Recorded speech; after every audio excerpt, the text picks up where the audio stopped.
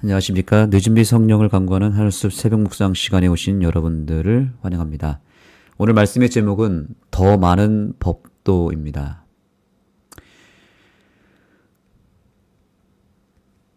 우리가 이 계명에 대해서, 율법에 대해서 계속 공부하고 있는데요. 이 율법에 대해서 우리가 공부할 때 겉으로 보이는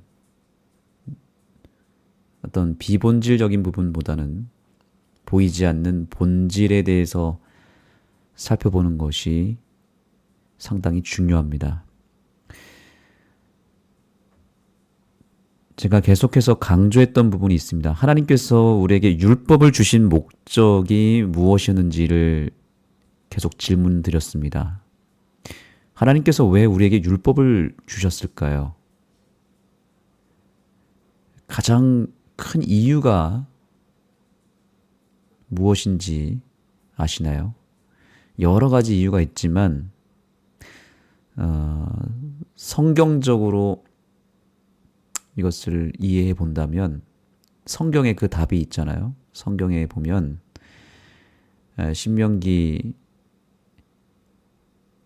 10장 13절의 말씀이 있죠. 내가 이 율법을 준 이유가 너희의 행복을 위해서 준 것이다 라고 이야기하셨죠. 내가 너희에게 행복을 줌으로 인해서 너희의 행복을 위하여 이 규례와 이 명령을 지킬 것이 아니냐라고 말씀하셨던 그 하나님의 말씀의 의미를 우리가 깨달아야 됩니다. 결국에는 율법은 행복을 위해서 준 것입니다. 우리의 행복을 위해서, 우리의 건강을 위해서. 이 이유가 가장 큰 것입니다. 뭔가 하나님께서 율법을 지키나 안 지키나 테스트하고 시험해서 잘 지키면 구원받고 안 지키면 멸망받는 그런 어떤 구원의 방도로 주신 게 아니라 누누이 강조했지만 구원은 오직 예수잖아요. 오직 예수 외에는 다른 구원의 방법을 주신 일이 없습니다. 율법을 가지고 구원을 논하는 것은 틀린 것입니다. 그래서 율법을 주신 목적은 딱 한 가지입니다. 우리의 행복을 위해서. 행복하려면 율법 안에 사는 게 가장 행복한 것입니다. 그런데 이 행복이라고 하는 것은 어디서 오냐면 사실 관계에서 옵니다. 관계, 좋은 관계에서 옵니다. 관계가 좋아야 행복하잖아요. 가정에서 행복하려면 뭐 좋은 집에서 살고 좋은 차를 타고 좋은 음식, 좋은 가구, 뭐 좋은 옷을 입는다고 해서 행복하던가요?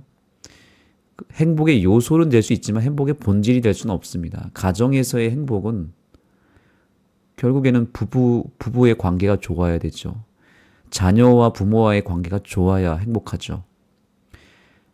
그러면 가정 밖에서 사회생활 속에서 행복하려면 어떻게 될까요? 그것도 역시 관계입니다.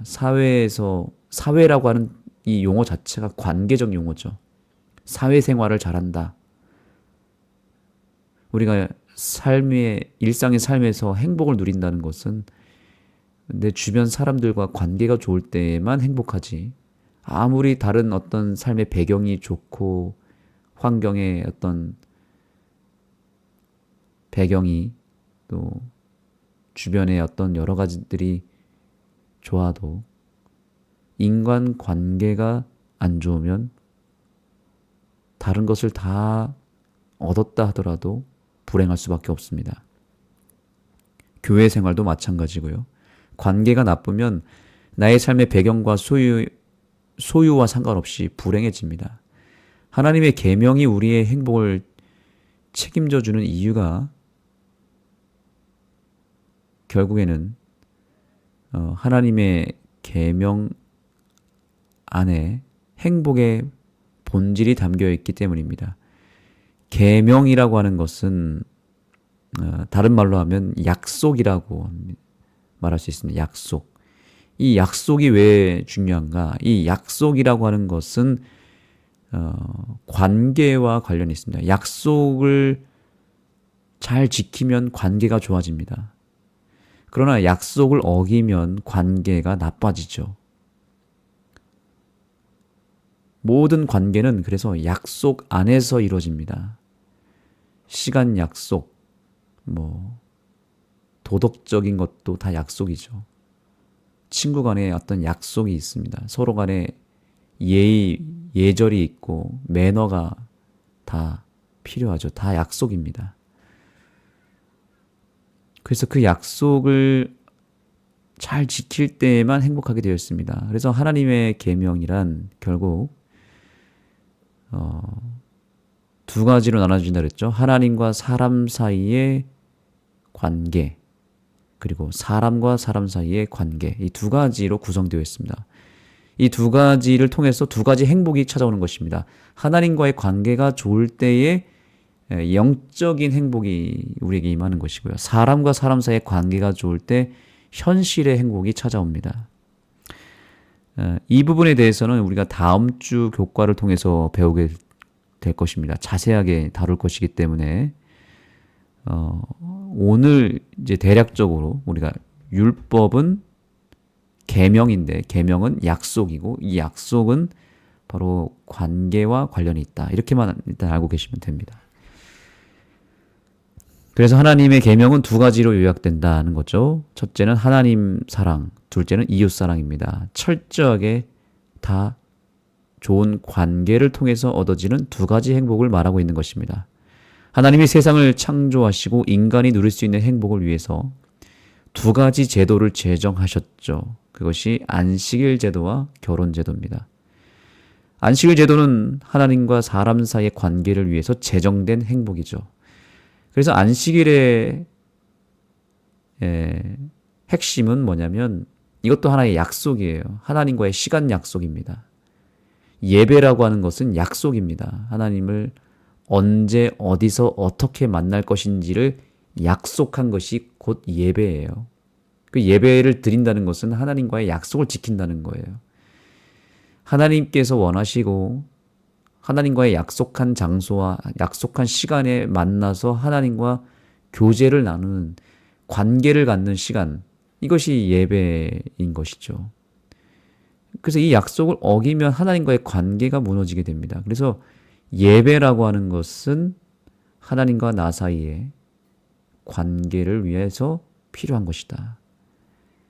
예배를 잘 드리는 것은 결과적으로 하나님과의 관계가 좋아지기 때문에 결과적으로 우리에게 행복을 가져다 줍니다. 두 번째 제도는 결혼 제도입니다. 결혼이라고 하는 것 자체가 약속입니다. 남자와 여자가 서로에게 혼약이라고 하는 약속을 통하여 결혼식을 갖게 되는 것이죠. 그래서 서로에게만 구별된 삶을 살겠다고 약속하죠. 그래서 부부간의 약속으로 결혼 제도를 통하여 행복을 누리게 하셨습니다. 이것이 최초 인간에게 제시된 두 가지 제도고 두 가지 행복입니다. 이것이 출애굽기의 10계명을 통해서 10가지로 다시 좀 확장되어서 표현이 된 것입니다. 그래서 다시 정리하자면 10계명은 두 가지로 나눠졌죠. 첫 번째 계명부터 네 번째 계명까지가 하나님과의 관계, 좋은 관계를 위하여 제정된 약속이죠. 네 가지 약속. 그것의 중심은 안식일 제도입니다. 두 번째, 사람과 사람 사이의 약속은 태초에 결혼 제도로 시작해서 이것이 10계명으로 파생되면서 다섯째 계명부터 10번째 계명까지가 인간 관계 속에서의 필요한 6가지 약속입니다. 그래서 이것이 점점 확장이 됩니다. 첫째는 하나님 사랑, 둘째는 이웃 사랑. 이것이 태초의 안식일 약속과 결혼 약속으로 구체화됐고 이것이 10계명으로 파생돼서 10가지로 확장이 되고 그 다음에 다시 출애굽기와 레위기, 민수기, 신명기를 통해서 모세 오경을 통해서 이것이 율례라고 하는 것으로 더 자세하고 세밀하게 확장이 됩니다. 그러나 그 확장이 아무리 방대해도 율례라고 하는 것도 딱 두 가지로 나눌 수 있습니다. 첫째는 뭘까요? 하나님과 우리 사이의 관계를 위하여 제정된 율례, 그리고 사람과 사람 사이의 관계를 돈독하게 하기 위해서 제정된 율례, 두 가지 율례로 나눠지게 됩니다. 자, 교과를 보시면 그래서 여기 보니까 다양한 상황에서 사람들을 어떻게 대할 것인지를 가르쳐주고 있다. 사람 관계, 여러 사례가 열거되어 있다는 거죠. 그래서 이 레위기, 출애굽기에 기록된 여러 가지 이 사회법을 보시면 다 인간 관계를 어떻게 좋게 할 것인가 이 내용으로 다 구성된 것입니다. 서로 손해를 입히거나 피해를 입히면 약속을 어긴 거잖아요. 약속을 어겼을 때 그 약속을 어떻게 회복할 것인가가 출애굽기와 레위기에 자세하게 기록이 된 것입니다. 그래서 하나님의 법이 다루는 다양한 문제 중에서 사람을 짓밟거나 모욕하는 문제를 다루는 구체적인 규정이 있었다는 겁니다. 규정도 있었다. 그래서 이 율례들이 다 그 당시의 사회법으로 사람과 사람 사이의 관계를 좋게 만드는 윤활유 역할을 한 것이고 원칙들을 제정한 것입니다. 그리고 또 하나의 축이 있겠죠. 그것은 뭐냐면 바로 하나님과 인간 사이의 관계를 위해서 제정된 법들입니다. 바로 이런 것이죠. 안식일과 절기와 관련된 것들인데 이것들은 다 뭐와 관련이냐면 예배와 관련된 것입니다. 예배에 관한 것이며 구원사에 나타난 중요한 사건들을 되새기겠다. 예배는 모든 행사의 신학적 근거가 되기 때문에 신중하게 규정되었다. 그래서 매년 이루어지는 여러 가지 절기, 유월절, 무교절, 오순절, 초실절, 초막절, 그 다음에 각종 제사들이 있죠. 번제, 화목제, 소제 이런 제사들에 대한 법들, 규정들 자세하게 기록되어 있죠. 근데 그 모든 것들이 하나의 어떤 형식적인 어떤 규정으로만 보면은 다 무거운 율법으로만 느껴지지만 그것을 제정하신 하나님의 목적과 이유와 그것에 대한 의미를 깊이 묵상하고 파고 들어가다 보면은 거기에 어떤 핵심이 있냐면 하나님과 우리 사이의 관계를 회복시키고자 하는 하나님의 놀라운 섭리와 은혜와 메시지가 거기에 담겨져 있습니다. 그래서 결국에는 이 모세 오경에 기록된 수많은 그 방대한 율례들은 다 무엇과 관련이 있다는 것입니까? 좋은 관계를 맺기 위한, 좋은 관계를 유지시키기 위해 마련된 법들이었다. 이렇게 이해하시면 되겠습니다. 자, 그래서 교훈의 말씀을 보시면 자, 이렇게 기록되어 있습니다. 하나님의 법은 사람의 마음의 악을 바로잡고 그 다음요 좋은 상호 관계를 배양하며 공의와 사랑이 행동을 다스리게 하며 구원과 구속을 되새기게 한다. 이 말을 두 부분으로 요약하면 뭘까요? 결국에는 하나님의 법을 통해서 우리가 하나님과의 관계가 회복이 된다는 겁니다. 공의와 사랑과 행동을 다스리게 하며 구원과 구속을 되새기게 한다. 이 말이 뭐냐면 하나님과의 관계가 죄로 인해서 깨어지고 갈라지고 분리되었다면 이 율법을 통해서 우리가 깨어진 그 관계가 회복이 된다는 겁니다. 다시 깨어진 관계가 회복된다. 그리고 하나님과의 관계뿐만 아니라 사람과의 관계도 좋아진다는 것입니다. 이것이 율법의 핵심입니다.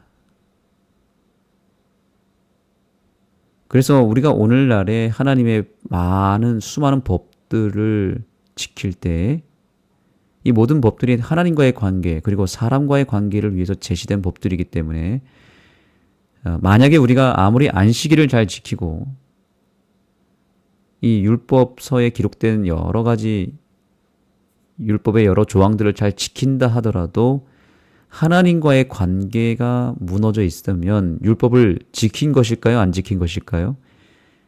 아무리 율법의 조항을 지켜도 정작 가장 중요한 관계의 개선이 일어나지 않으면 율법을 지킨다고 볼 수 없는 것입니다. 율법의 껍데기만 지킨 것이고 사실상 율법을 어쩌면 어긴 것이라고 볼 수도 있습니다. 뿐만 아니라 사람과의 관계도 마찬가지입니다. 아무리 우리가 성경의 음식법을 잘 순종하고 말씀대로 먹고 마시고 입고 예언의 신의 말씀까지 철저하게 잘 지켰는데 만약에 인간 관계가 다 무너져 있거나 갈등을 여전히 해결하지 못하고 가정에서나 가정 밖에서 직장에서 동네에서 이웃들과의 관계 속에서 심지어 교회 안에서조차도 어떤 무너진 관계를 개선하지 않고 율법의 항목만 지키고 있으면 율법을 지킨 것이 아닙니다. 오히려 어긴 것입니다. 그래서 예수님께서 뭐라고 말씀하셨냐면 너희가 만약에 제사를 드리기 위해서 제물을 가지고 왔다 할지라도 만약에 사람과 사람 사이의 관계 속에서 원망 들을 만한 일이 이웃과의 관계 속에서 혹은 어떤 내 가족들과의 관계 속에서 뭔가 서로 용서하지 못하고 싸우거나 갈등 속에 있는 상황에서 예배를 드리러 왔다면 그 예배의 제물을 잠깐 내려놓고 먼저 그 사람과의 관계를 개선하고 그 다음에 예배를 드리라고 이야기를 합니다. 그만큼 하나님이 강조하고 싶었던 건 뭐냐면 깨어진 관계를 해결하지 않은 상태로 율법을 지키는 것은 아무 소용이 없다라고 하는 것을 강조한 것입니다. 그래서 우리는 율법을 지킬 때 항상 관계를 생각해야 됩니다. 지금 내가 하나님과의 관계가 어떤지를 살펴야 되고요. 두 번째는 내 가족과의 관계, 이웃과의 관계, 내 배우자와의 관계, 교회에서 교우들과의 관계가 지금 어떤 상태인지, 그 관계가 별로 좋지 않은 관계를 유지하고 있다면 우리는 그 관계를 개선하고 회복시키는 일에 몰두해야 되는 것입니다. 그것이 율법을 지키는 것입니다. 그것이 율법을 가장 잘 지키는 방법인 것입니다. 사랑하는 우리 새벽기도 동지 여러분, 우리는 오늘 율법의 목적에 대해서 다시 한번 배웠습니다. 내 삶의 여러 가지 인간관계가 또 하나님과의 관계 속에서 뭔가 관계가 깨어져 있다면 그것을 다시 회복시키기 위한 노력과 용기를 스스로 갖게 되기를 소망합니다. 예수님께서는 말씀하시기를 내가 새 계명을 너희에게 주노니 서로 사랑하라. 이렇게 말씀하셨습니다. 새 계명을 주겠다 그랬습니다. 계명. 예수님께서 이 땅에 오셔서 이 계명에 대한 새로운 인식, 새로운 개념, 새로운 정의를 내리셨는데 그것은 뭐냐면 계명이라고 하는 것은 서로 사랑하는 것이다 라고 이야기합니다. 결국 무엇을 강조한 것이죠? 관계를 역시 강조한 것입니다. 서로 사랑함으로 인해서 좋은 관계를 유지시켜라. 그것이 바로 계명을 지키는 것이다 라고 예수님께서는 말씀하셨습니다. 예수님은 철저히 율법의 본질을 꿰뚫어 보시고 율법의 형식만 취하면서 하나님과의 관계와 사람들과의 관계를 깨트린 상태로 신앙하는 백성들을 오늘 경고하고 계십니다. 율법의 목적은 관계를 회복하고 좋은 관계를 유지하는 것일진데 무너진 관계를 회복시키지 않은 채 그대로 방치해버려 둔 채 신앙생활을 하고 또 삶을 유지시킨다면 그것은 불행의 길로 갈 수밖에 없다라고 하는 것을 우리에게 알려주고 있습니다. 우리는 다시 오늘 율법으로 돌아가야 됩니다. 무엇보다 율법의 본질을 확실하게 내 삶에 적용시켜야 됩니다. 그것은 바로 우리 삶에 여러 가지 연결되어 있는 관계를 늘 새롭게 하고 늘 좋은 상태로 유지시키는 그런 노력이 우리에게 필요할 줄 믿습니다. 그래서 진정한 행복을 하나님의 율법을 통하여 확실하게 이루시되 내 삶에 여러 가지 연결되어 있는 그 관계를 좋게 함으로 말미암아 진정한 행복을 누리는 저와 여러분이 되기를 간절히 소망합니다. 기도하겠습니다. 하나님, 오늘 우리에게 관계의 축복을 허락해 주셔서 감사합니다.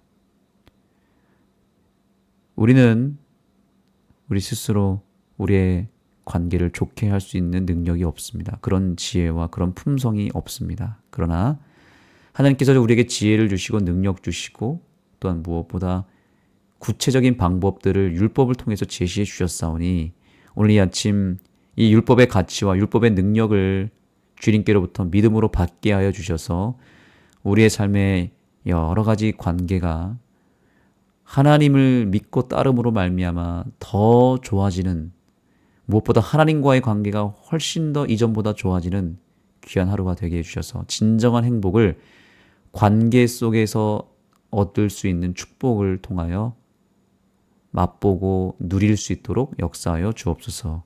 예수님의 이름으로 간절히 기도드립니다. 자, 이제 각자 개인 기도하도록 하겠습니다. 오늘 이 기도 시간을 통해서 하나님과의 관계가 회복되기를 소망하고 또 사람과의 관계, 무너진 관계가 있다면 그 관계를 개선하기 위하여 하나님 앞에 간구하시기 바랍니다. 오늘부터 본격적으로 집집방문 전도단 단원들이 우리 교회에 대한 일을 돌아다니면서 전도지를 나누고 또 그들 일손 돕기를 하고 그들과 좋은 친구 관계를 맺고자 노력할 것입니다. 이 역사적인 전도회를 위하여 기도해 주시고 좋은 열매가 있도록 기도해 주시면 감사하겠습니다. 개인 기도하시고 하루를 시작하도록 하겠습니다.